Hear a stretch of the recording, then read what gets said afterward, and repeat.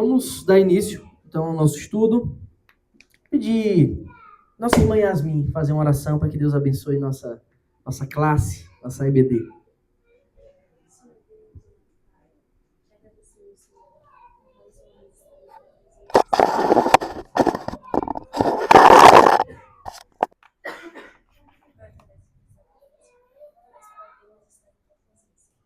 Amém.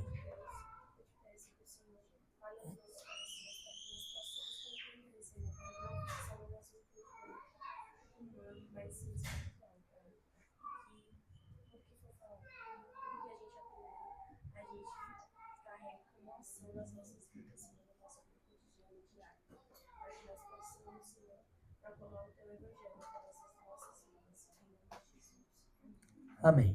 Amém. Irmãos, hoje nós vamos continuar o estudo da Confissão de Fé, de 1689, Confissão de Fé Batista, nossa confissão que nós subscrevemos, com o seguinte tema muito importante, não é? Que é sobre a liberdade cristã e a liberdade de consciência. Tá? Então, eu fiz alguns os recortes da confissão, tá aí com as referências bíblicas, mas esse é um tema assim, muito importante, digamos assim, porque a gente lida com vários elementos quando nós falamos de liberdade cristã e liberdade de consciência. Tá? Então, é um tema muito amplo, no qual eu espero, na verdade, que venham muitas perguntas sobre isso, não é? Porque é um tema prático também para a nossa vida. Apesar da confissão de fé trazer num tom muito rebuscado, às vezes, né? Sério, solene, é um tema muito prático do nosso dia a dia. O que significa dizer que temos liberdade cristã e liberdade de consciência? Qual tipo de liberdade nós temos? Nossa liberdade é irrestrita? A gente pode confundir liberdade com libertinagem, né? Então, é um tema muito amplo, eu espero que surjam perguntas. Eu queria, inclusive, não conseguir terminá-lo hoje, né? Mas se conseguir também, não tem problema não. A gente já tratou aqui, por exemplo, eu quero voltar mais na frente a tratar sobre isso, talvez quando a gente tiver um EBD um pouquinho mais extenso, eu estava até comentando com o Gabriel. Mais na frente, nossa EBD provavelmente vai ser mais extensa, né? Quando dividirmos o culto em dois horários.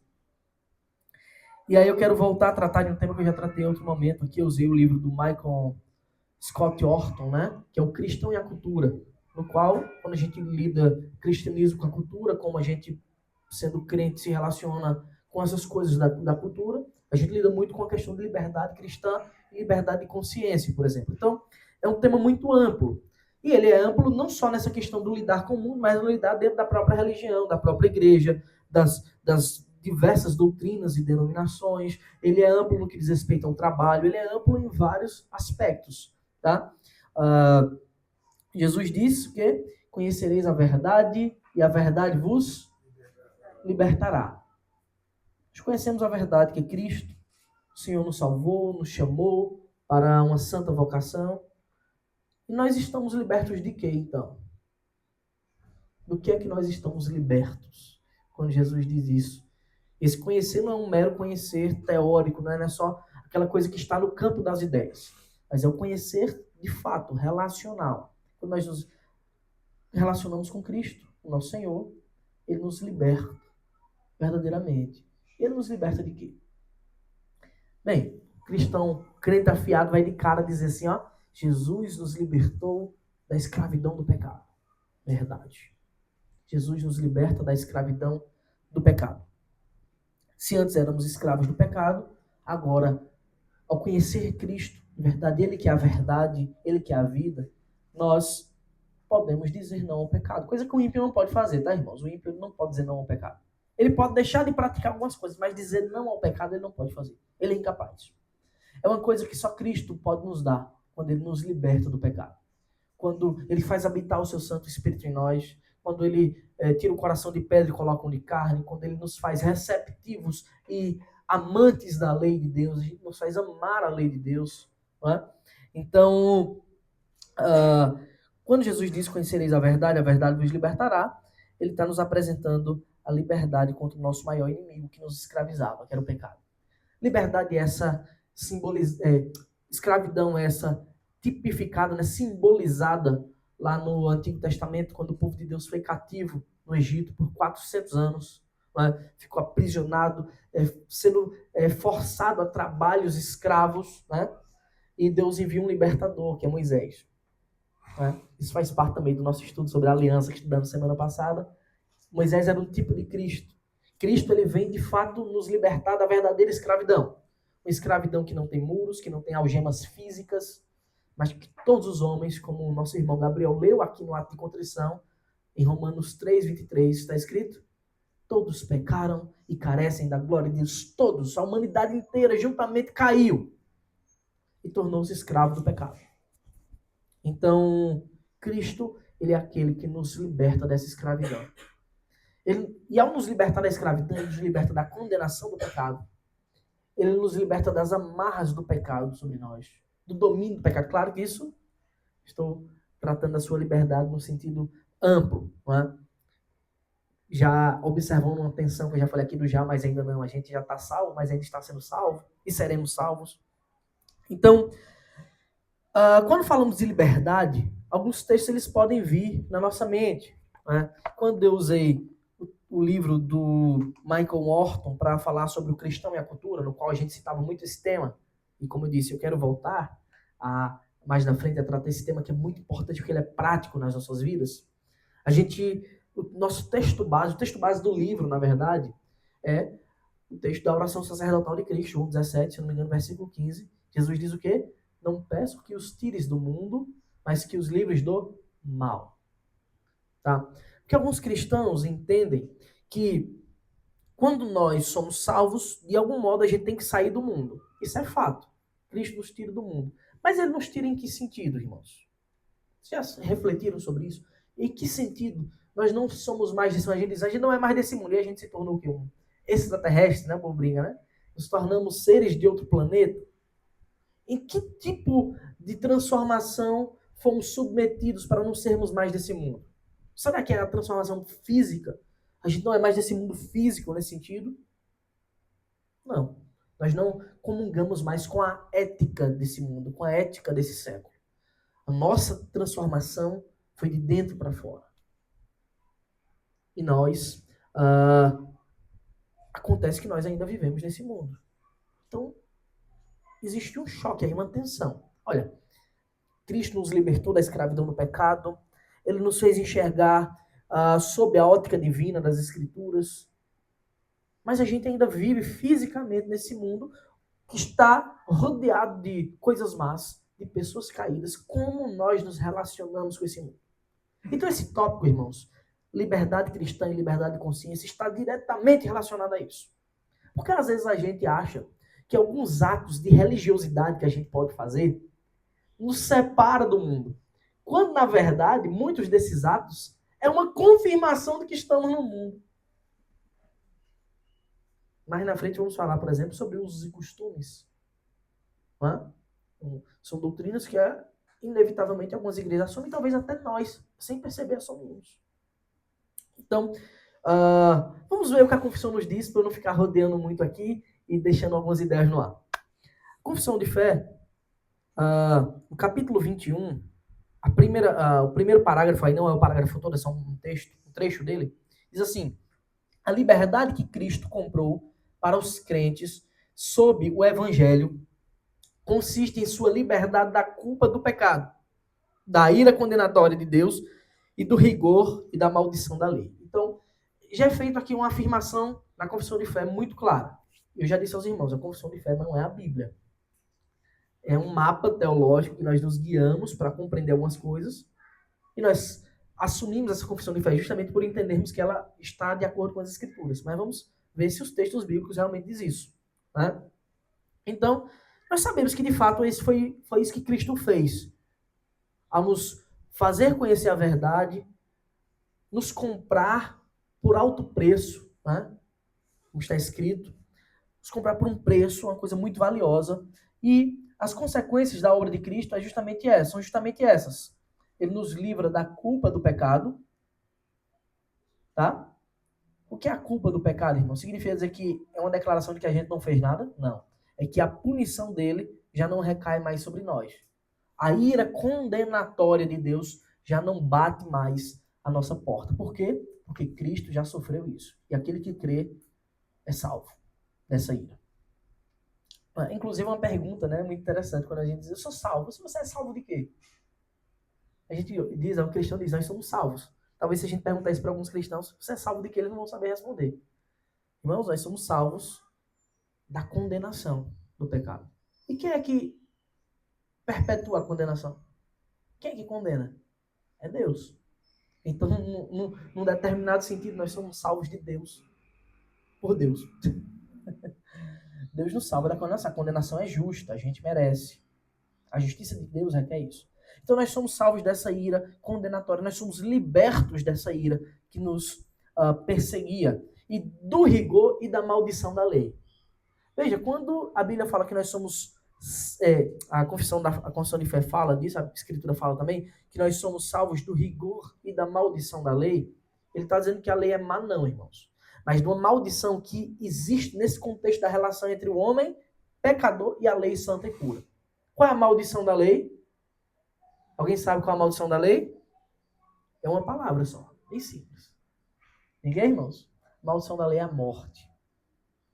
Aquele que pecar, morrerá. Essa é a maldição da lei. Não é sobre um aspecto da lei. É aquele que mente, morre. Aquele que mata, morre. Aquele que peca. E o pecado, como está escrito, é a transgressão da lei.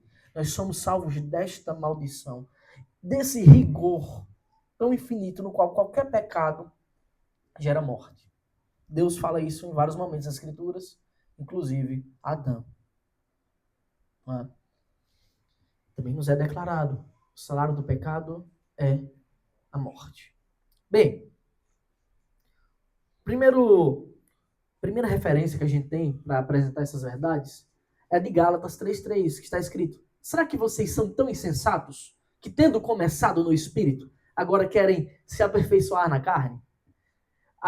Esse Paulo está falando aos Gálatas. É interessante porque Paulo fundou aquela igreja, pregou o evangelho da graça, e em um determinado momento os Gálatas eles foram assolados pela heresia judaizante. O que é heresia judaizante? São pessoas querendo impor à igreja, principalmente aos Gálatas, que eram gentios, né? Eles não eram judeus, era um povo grego, né? Povo de outra nação, impor a eles práticas do judaísmo, do rigor da lei. Exemplo, estavam querendo impor a esses homens circuncisão. Vocês lembram que Pedro apoiou isso? E Paulo resistiu a Pedro face a face. Veja, um apóstolo repreendeu o outro pelo erro. Porque o fato dele ser apóstolo não eximia ele de erro não, viu? E Paulo repreendeu a Pedro por causa disso. Pedro, obviamente, enxergou o erro, voltou atrás e se arrependeu. Então, como é que vocês, tendo sido salvos pela graça, agora querem se aperfeiçoar na carne? O que é que quer dizer isso? Paulo está dizendo assim que a gente não deve viver em santidade. Não é sobre santidade, irmãos. É que algumas pessoas estavam achando que era necessário voltar a alguns rituais judaicos para serem salvos. A gente vê muito isso nas igrejas hoje. Você tem igrejas querendo replicar a Arca da Aliança, um absurdo. Um absurdo herético, porque a Arca da Aliança ela simbolizava a presença de Deus. Só que hoje, nós somos o templo do Espírito Santo. É como se eu não reconhecesse, ter a Arca da Aliança não reconhecer que Deus habita em mim, isso é um absurdo. Tem igrejas querendo trazer de volta as festas judaicas. Não, vamos celebrar o Shavuot. A festa da colheita. Não tem nenhum agricultor na igreja, mas a festa da colheita eles querem celebrar. Entendo isso. Não tem um agricultor sequer. Então, e querem trazer isso. Por que essa necessidade? É uma necessidade de mentes presas a uma interpretação errada da lei. Achar que eles precisam fazer alguns rituais para que sejam salvos. O óleo ungido também, não. Oi? O óleo ungido, não. É porque assim, depende de como isso aconteça. É porque o óleo ungido ele é um símbolo que aparece no Novo Testamento. Né? Paulo dizendo assim, para os presbíteros ungirem com óleo, né? Porque o grande problema é a interpretação que eles fazem. A interpretação que tem hoje nas igrejas é totalmente errada, né? Por que ungir com óleo? É porque o óleo usado no passado era um bálsamo medicinal, de fato. Então, se as pessoas estavam doentes, era chamar os presbíteros para passar esse óleo, mas para orar por eles, né? Então, tinha um sentido prático espiritual. Né? O que é feito nas igrejas é pegar um óleo qualquer e dizer assim, vou ungir agora você está protegido espiritualmente de algum mal. Isso é de fato é um absurdo, é uma interpretação errada. Mas não o óleo ungido não é necessariamente um erro judaizante, tá? Entendeu? Não é necessariamente o trazer alguma coisa do passado para a igreja. É só uma interpretação errada que as pessoas fazem de algo do Novo Testamento. Então, a gente tem que ter cuidado com as heresias judaizantes. Tá? Porque o que está escrito é: se alguém não permanecer em todas as coisas da lei, essa pessoa será amaldiçoada. Então você não pode querer pegar um pedacinho da lei e dizer isso aqui é obrigado. Ou você pega todo ou você não pega nada. E se você pegar todo, as escrituras nos dizem que é impossível que você pratique. Por quê? Paulo diz, porque pela lei vem o pleno conhecimento do pecado. A lei ela serve para nos mostrar o quão distante estamos de Deus, o quão incapazes somos de cumprir isso. Só uma pessoa pode cumprir esse pacto de obras, e é Cristo. Só Cristo pode cumprir a lei perfeitamente. Tá? Então, era isso que estava acontecendo com os Gálatas. Eles estavam desfazendo a liberdade que tinham recebido. Eles tinham sido livres dessa lei cerimonial, né? Não da lei moral. A lei moral ela continua válida, o decálogo, os 10 mandamentos. Mas eles tinham sido livres da lei cerimonial. Estavam querendo voltar à lei cerimonial. Alguns pedaços que eram convenientes. Sacrifício, por exemplo, ninguém queria fazer. Mas outros pedaços que eram convenientes. E Paulo está dizendo, isso aí é cuspir na graça. Não à toa que Paulo chama de Gálatas insensatos. Amém?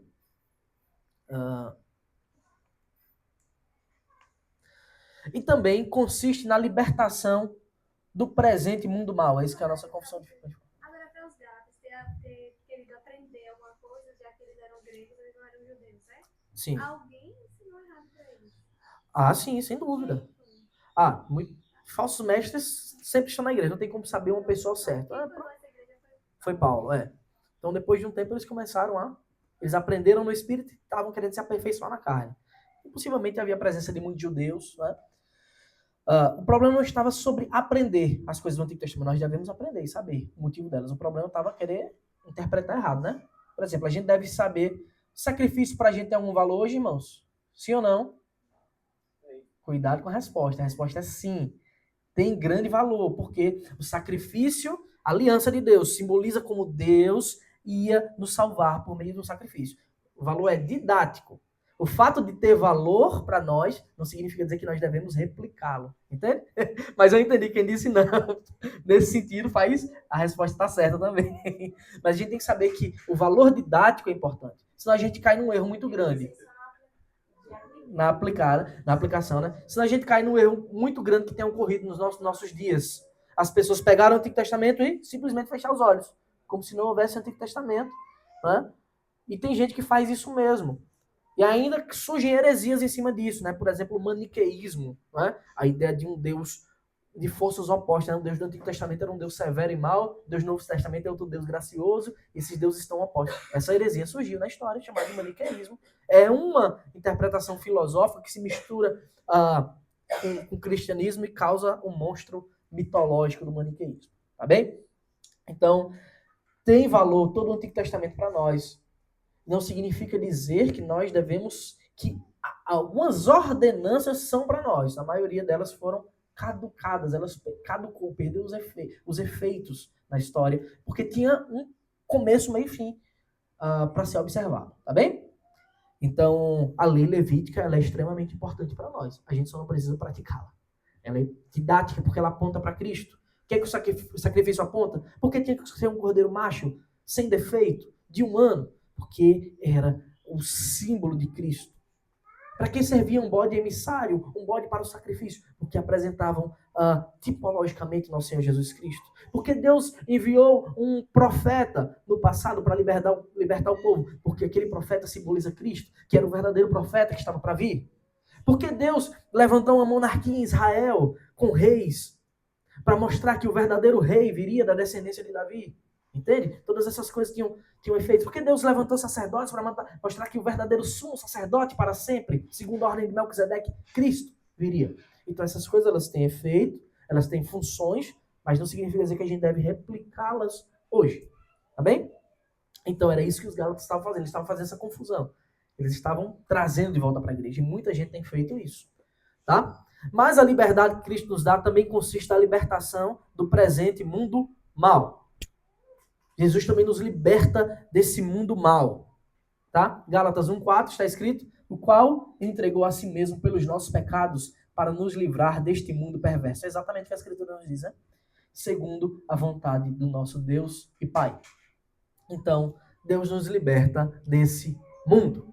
Esse mundo é o quê? Qual a característica apontada para esse mundo no texto bíblico? Qual o adjetivo? Perverso. Né? Esse mundo é mau. E Deus nos liberta desse mundo mau. Então, isso é uma coisa que a igreja tem que reconhecer. O mundo é mau. Não é só nesse texto, tem muitos outros. O mundo jaz no maligno. Agora, essa palavra mundo, será que Deus está falando do mundo físico criado, das coisas criadas? Ou da sua ética é má? E o fato da sua ética ser má faz com que as coisas caiam. Fala da ética, né? Então Deus nos livrou deste mundo mal, perverso. Então, por que é importante a gente saber disso? Porque está descrito aí que Deus enviou Cristo. Cristo se entregou pelos nossos pecados para nos livrar deste mundo perverso, e a gente ainda está nesse mundo perverso. Né? Então, que tipo de liberdade é esta que nos foi dada? É uma pergunta que nós devemos fazer. Por que, irmãos, se nós estamos nesse mundo, surgiu ao longo da história, ainda existe hoje, tá? Heresias, a gente estava até conversando sobre isso, né, Gabriel? Heresias chamadas de monásticas, ou monasticismo. O que é o monasticismo? São, normalmente, ordens de pessoas que querem viver como eremitas no monastério. Pessoas que pensam o seguinte: esse mundo é tão mau que eu vou sair e vou morar de forma isolada, o mais distante possível do mundo das pessoas. Porque aí eu não vou ser contaminado com o mundo. Oi? Isso é um ponto só, o egoísmo, né? O grande problema é que quando ela sair, ela vai levar o pecado com ela. Então ela pode estar só como for. A ética do mundo permanecerá nela. Então a gente tem que saber que a nossa forma de se livrar do pecado, nos livrarmos do pecado, não é fugindo. Existe outra forma. É sabendo viver neste mundo, que a gente não foi tirado do mundo. Jesus diz: não peço que os tires do mundo, mas que os livres do mal. Só que agora ele diz: ele já nos livrou do mundo. Então tem um sentido pelo qual nós somos livres do mundo, é desta ética. E nós somos convidados pelo apóstolo Paulo não só para viver neste mundo, mas para transformá-lo pela renovação da nossa mente. É o que está lá em Romanos 12, versículos 1 e 2. Pode falar, irmão. Monasticismo, um monastério.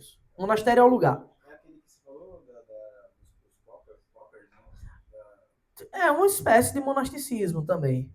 Isso. Eles eram assim, não sei hoje, né? Eram assim também. Hoje existem várias religiões com ordens monásticas. Por exemplo, existe uma religião que tem muito lá nos Estados Unidos, Amish, não sei se vocês já ouviram falar. Eles vivem isolados ali, né? É uma religião monástica, né? Que tem suas raízes lá nos anabatistas, não nos batistas, tá, irmão? Nos anabatistas. A Igreja Católica tem várias ordens monásticas, né? O próprio Santo Agostinho deu origem a uma ordem, né? O seu nome, né? Deu origem a uma ordem, né? Que é o agostinianismo, né? Lutero foi um monge da ordem agostiniana, então significa dizer que por um tempo ele viveu meio que isolado ali, só estudando, aprendendo, né? Depois vê que isso é um absurdo, né? Porque onde você estiver, o seu pecado vai estar com você. Então, ser livre do mundo não é no sentido físico, é no sentido relacional. Como nos relacionamos neste mundo mal. Já pensou? Se agora que a gente for crente, o cara é ímpio lá, dá bom dia, você não, você é ímpio, cala a boca, não fala, eu fiz que você não nem fala. É um absurdo. Como é que a gente evangeliza? Como é que a gente cumpre as profecias de evangelismo? Como é que nós somos instrumentos de Deus se a gente não se relacionar de alguma forma com o mundo? Agora, a grande questão é, existe uma forma correta de se relacionar. Existe uma forma de exercer a liberdade cristã estando no mundo. Tá bem? E a gente tem que saber disso. O crente deve profundamente... Se ele tiver uma confusão nesta área, ele vai ter uma confusão em todo o seu relacionamento diário. Ele vai ter uma confusão quando ele for estudar, ele vai ter uma confusão quando ele for para o trabalho, ele vai ter uma confusão em casa, no lar, quando tiver algum membro da família que não for convertido. Como se relacionar? Veja que, se a gente olhar superficialmente, as coisas parecem muito teóricas, mas quando a gente mergulhamos nisso, né, a gente começa a perceber que isso tem implicações práticas. Porque as roupas que vocês usam provavelmente foram feitas por um mundano. Nada garante que foi feito por um crente. Então a gente não pode usar nada que os homens fazem.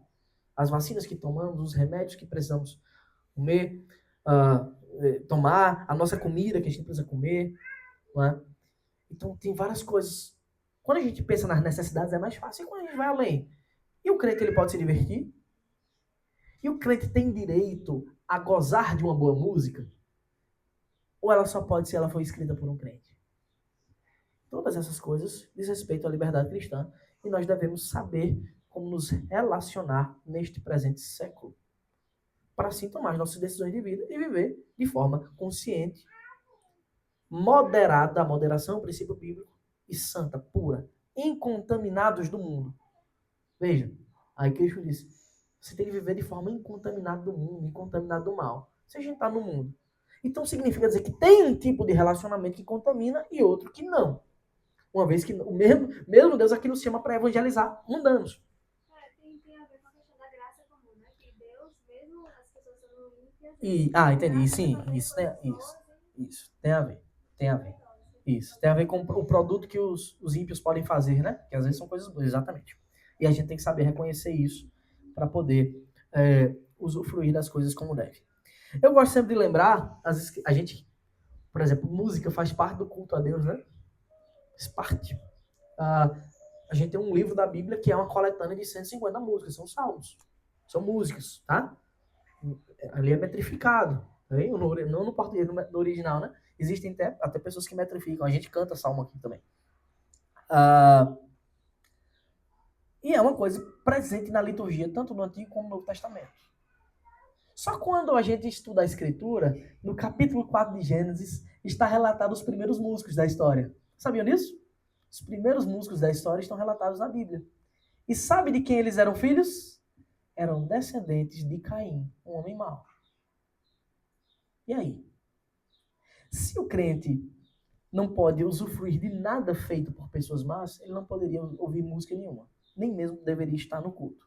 Uma vez que os primeiros homens a tocar flauta, se não me engano, fazer alguns instrumentos de sopro, são os descendentes de Caim. Um homem, biblicamente, muito mau, perverso. Então a gente tem que saber, irmãos, que tem uma forma de nos relacionarmos corretamente, com moderação, não com a religiosidade cega, mas santa. A verdadeira religião, ela deve nos fazer glorificar a Deus. Alguém garante que foi um crente que criou o projetor? Data show. Mas ele serve muito, ele nos auxilia em muitas coisas. Nós podemos e devemos usar as coisas para a glória de Deus. Nada nos garante que o computador foi feito assim, que os tablets, que os instrumentos musicais, as caixas de som que a gente usa, elementos para o nosso culto foram feitos por crentes. A gente tem que saber usar essas coisas. Vocês entendem? Se a gente for viver uma religiosidade cega, sem reflexão, a gente vai cair na heresia do monasticismo. A gente vai ter que sair daqui e ir para o meio do mato e construir uma casa aí de taipa e viver. É muito estranho isso, tá? Então, eu disse muito quando a gente estava no estudo sobre o cristão e a cultura, sobre cristianismo é uma religião que você tem que pensar para viver. Não é um conjunto de regras binárias, certo ou errado. Existem coisas que são claras, certo e errado. Mas o cristianismo é a lei. Você é colocado o tempo todo em situações e você é levado o tempo todo a pensar e a refletir como eu vivo para a glória de Deus. E as coisas vão muito além de sim, não, certo e errado. E nós devemos... Como é que a gente pode viver assim, então? Amando as escrituras e mergulhando nelas. Irmãos, alguém quer fazer alguma pergunta? Tá claro ou estou rodeando muito para falar as coisas? Tá claro, né? Então, eu já vou encerrar só nesse primeiro parágrafo, tá? Porque o tempo já deu. Bem, uma das coisas nas quais nós somos libertos é da escravidão de Satanás. Isso é importantíssimo. Atos 26, 18 diz: para abrir os olhos deles e convertê-los das trevas para a luz e do poder de Satanás para Deus, a fim de que eles recebam remissão de pecados e herança entre os que são santificados pela fé em mim. Então está claro que uma das liberdades que recebemos na obra de Cristo é a liberdade da escravidão de Satanás. Pelo pecado, Satanás escraviza muitos homens, tá? Propiciando todos os meios para o pecado, e agora a gente não mais está escravizado nem à mercê do diabo. Aqueles que são, de fato, habitados pelo Espírito de Cristo, vivem para a glória de Deus. A gente viu isso aqui na quinta-feira, não foi? Uma das belezas da regeneração, né, do nascer de novo, é que somos protegidos contra o diabo. Os tudo eles se complementam uns aos outros, tá? Então nós podemos, pela palavra, como Cristo nos ensina, resistir ao diabo. Resista ao diabo e ele fugirá de vós. Nós somos também livres do domínio do pecado, do mal, do domínio do pecado, do mal das aflições, tem mais coisas. Então Romanos 8,3 diz: porque aquilo que a lei não podia fazer, o que era que a lei não podia fazer? Salvar o homem. Não porque a lei tivesse essa prerrogativa, mas que o homem era tão pecador que é impossível alguém ser salvo pela lei, tá? Por causa da fraqueza da carne, isso Deus fez. Ou seja, a salvação nunca foi pela lei, mas pelo que Deus faz, a graça, enviando o seu próprio Filho em semelhança de carne pecaminosa, e no que diz respeito ao pecado. E assim Deus condenou o pecado na carne, tá? Porque Cristo levou sobre si os nossos pecados. Romanos 8,28, sabemos que todas as coisas cooperam para o bem daqueles que amam a Deus, daqueles que são chamados segundo o seu propósito. Então não só somos salvos do domínio do pecado, nem o pecado, nem Satanás pode nos escravizar mais, mas também do mal, das aflições, de modo que tudo coopera para o bem daqueles que amam a Deus. Somos também livres do temor e aguilhão da morte, da vitória e da sepultura. Tá bem? Como é que Cristo faz isso? Está escrito, um dos textos também mais belos das Escrituras, 1 Coríntios 15, de 54 a 57, que diz: e quando este corpo corruptível se revestir de incorruptibilidade, e o que é mortal se revestir de imortalidade, então se cumprirá a palavra que está escrita: tragada foi a morte pela vitória. Onde está a morte? A sua vitória. Onde está a morte? O seu aguilhão. O aguilhão da morte é o pecado, e a força do pecado é a lei. Graças a Deus que nos dá a vitória por meio de nosso Senhor Jesus Cristo. Então está muito claro de onde vem a nossa vitória e a nossa liberdade.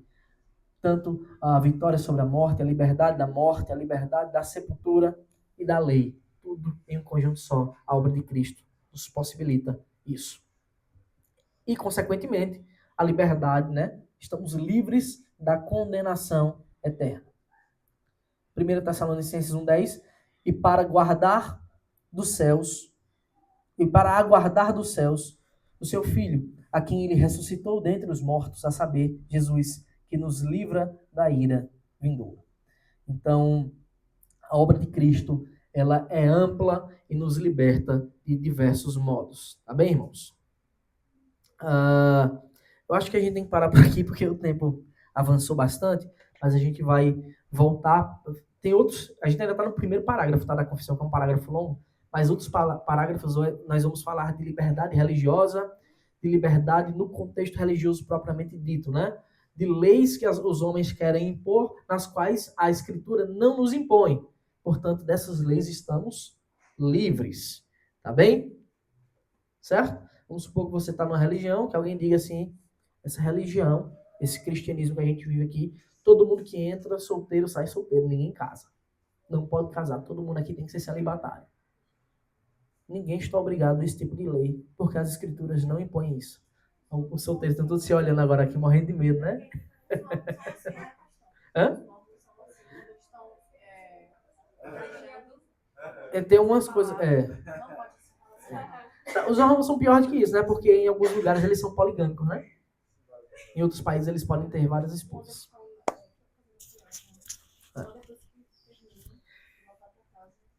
Isso. Então, tem várias leis e várias coisas erradas, costumes errados. Tudo bem, irmãos? Quem quer perguntar alguma coisa? Pode falar. Vamos lá, irmãos. Sim. assim, também eu darei risada da desgraça de vocês, ficarei zombando quando chegar o terror. O que quer dizer isso? É literalmente o que está escrito. Deus ensinou o que é certo e as pessoas voluntariamente fizeram errado. Está escrito, Deus zombará deles. Não tem outra interpretação, não. É exatamente isso. O Senhor amoroso está dando a oportunidade, ensinando, e os homens voluntariamente se rebelam. Qual a consequência disso? Sobrevir desgraça sobre essas pessoas. As palavras são fortes porque a consequência para essas pessoas são muito fortes. Então, é necessário que palavras fortes sejam ditas. Para que elas, pelo susto, se alertem do erro. Tudo bem, irmãos? Vamos colocar de pé, pedir para o nosso irmão Pedro orar para encerrarmos o nosso estudo. Que Deus nos abençoe, nos dê uma tarde abençoada na presença de Deus.